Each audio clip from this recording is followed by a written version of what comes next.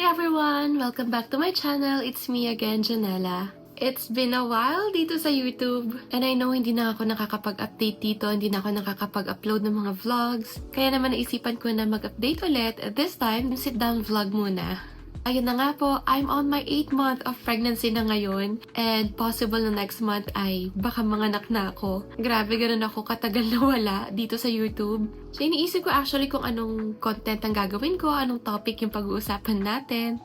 Sabi ko siguro konting update na lang din sa mga di nakasubaybay kung ano nang nangyari sa akin after naming umuwi ng Japan. Hindi naman kaya yung mga first time na makanood sa akin. Ayan, welcome po sa aking channel.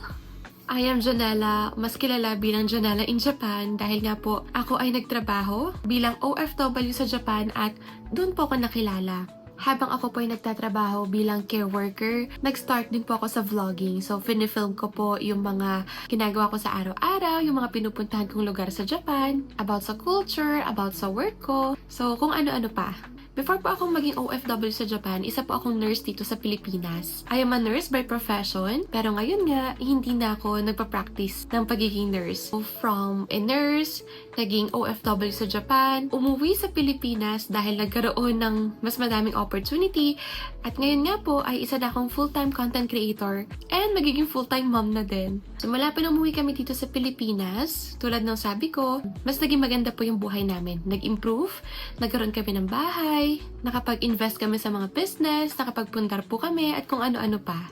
Kung dati niyo na akong pinapanood, alam niyo na kinasal na kami ng husband ko, si Kevin, sa Japan. So, that was our first wedding. Tapos, nagkaroon nga po kami ng second wedding last year, ng October 12. So, that was our second wedding dahil nga po, yun din yung dream namin na makapagpakasal kasama yung family and friends. Praise God dahil nagawa naman po namin. Tapos, nung nakikilala na nga ako sa pag-vlog sa Japan, marami na nagme-message, maraming sumusuporta, nakatanggap na rin ako ng mga endorsements. And it became something I really love doing. Fast forward to now, as you can see, nakakatuwa. Minsan hindi pa rin ako makapaniwala na binago ng ganitong trabaho yung buhay namin. And thanks to you all na sumusuporta at nanonood sa mga vlogs ko. Ngayon, gusto ko lang sabihin na nagbago man ang content ko, wala man ako sa Japan ngayon para ilibot kayo sa iba't ibang lugar. Hindi naman ibig sabihin na nagbago na yung pagkatao ko. Hindi rin naman to bigla ang switch. Kumbaga, ganito yung buhay eh. Nag-a-adapt tayo. And sana maintindihan nyo na hindi ako pwedeng maging OFW forever. Kasi meron at merong dumarating na mas magandang opportunity. Bumuti yung buhay namin and that's something I'm thankful for. Pero lahat ng improvements na nakikita nyo sa amin, lahat ng mga pagbabago, lahat ng mga pag-asenso, hindi yan pagmamayabang. I am just sharing life. Kasi 'di ba kung nagawa kong i-share yung hirap dati, bakit hindi ko pwedeng i-share yung blessings ngayon? And to those who are also going through changes or naguguluhan kung okay lang bang mag-shift ng path, yes, okay lang yun. Normal lang na magbago and you're allowed to grow. Hindi ibig sabihin na nagbago ka na as a person. It just means you're adapting and that's part of life. And since napag-usapan na rin natin yung change and improvements, gusto ko na rin i-share sa inyo isang bagay na matagal ko na rin iniisip actually. May mga bago pa lang na nakapanood sa akin na nagtataka bakit Janella in Japan yung username ko or yung Facebook page ko. Wala naman ako sa Japan. Or di naman kaya may mga dating nanonood and nagtataka bakit hindi pa ako nagpapalit ng page name. Still, Janella in Japan pa din. May mga nababasa din ako nagko-comment na dapat hindi ka na Janella in Japan kasi wala ka na sa Japan. So, ayun, some people think na dapat palitan ko na siya. Tulad ng paulit-ulit kong sinasabi, hindi ganun kadali sa akin dahil doon nga po ako nakilala. Kumbaga may sentimental value sa akin yung page name ko, Janella in Japan. Doon ako nakilala. Doon ako nagsimula mag-share ng journey ko as an OFW. Kaya kahit wala ako sa Japan ngayon, may part sa akin na mahirap bitawan yung pangalan na yun. Kasi yun ako eh. May mga times pa nga na kapag may mga nakakakita sa akin sa daan, may mga nakakakilala sa akin, may ilan na nakakalimutan nila yung pangalan ko, pero hindi nila nakakalimutan yung word na Japan. Kumbaga parang, uy, si Japan! Ganon yun eh.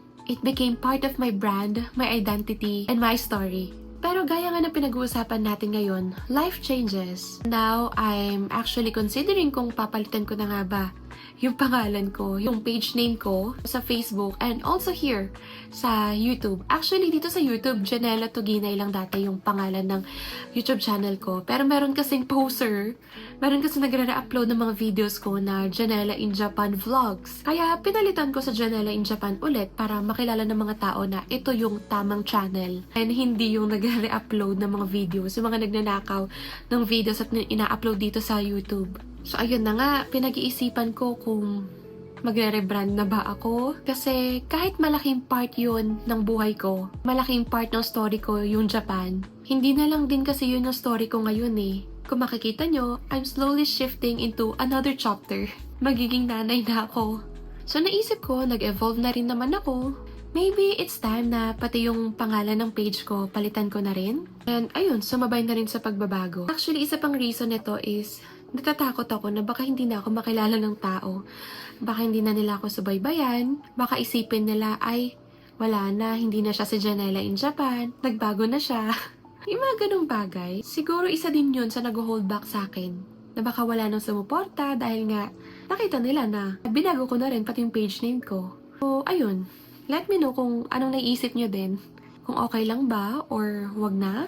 Marami din kasi nagsasabi na namimiss na nila yung content ko sa Japan. Mas gusto daw nila yung buhay ko noon as an OFW. Yung simpleng buhay lang. Mas simple daw kasi yung buhay noon nung nasa Japan daw ako. And naiintindihan ko naman yon. Pero gaya nga ng sinabi ko, hindi tayo habang buhay na sa iisang sitwasyon. Hindi ko rin naman ginusto na habang buhay OFW lang ako. And I think kahit naman siguro sino na mabibigyan ng mas better na opportunity, mas magandang buhay, yun yung pipiliin nila. And I hope yun din ang maintindihan ng mga tao. Na hindi dahil nagbago na yung mga contents ko, nagbago na yung mga vlogs ko, nagbago na rin ako bilang tao. Kung tutuusin, magdadalawang taon na mula nang umuwi kami dito sa Pilipinas at nag-full-time na sa pagiging content creator. Sana, ayun, makita na rin ng mga tao na eto na ako ngayon, eto na kami ngayon. Kasi meron pa rin talagang nagtatanong kung kailan ako babalik ng Japan at magtatrabaho ulit. Ayun nga, wala na akong balak bumalik as an OFW sa Japan. Lalo na at mas maganda pa yung opportunity namin dito sa Pilipinas. So, thank you sa lahat ng mga sumusuporta mula sa umpisa hanggang sa ngayon. And welcome sa mga bagong viewers, kung meron man. Sana na-inspire kayo sa journey ko mula noon. Sana makita nyo na change is not something to be ashamed of. It's something that we should embrace. And I think that's it. Yun lang, maiksi lang. Hopefully, sa mga susunod na video ay ma-share ko na sa inyo yung recent na life ko as a first-time mom. And sana mas maging active din ako dito sa YouTube. Ayun lang naman, kung hindi pa kayo nakapag-subscribe dito sa aking YouTube channel, please subscribe, click the notification bell. Wow! Like, comment, and ano pa ba? Yun lang. See you in my next vlog. Bye!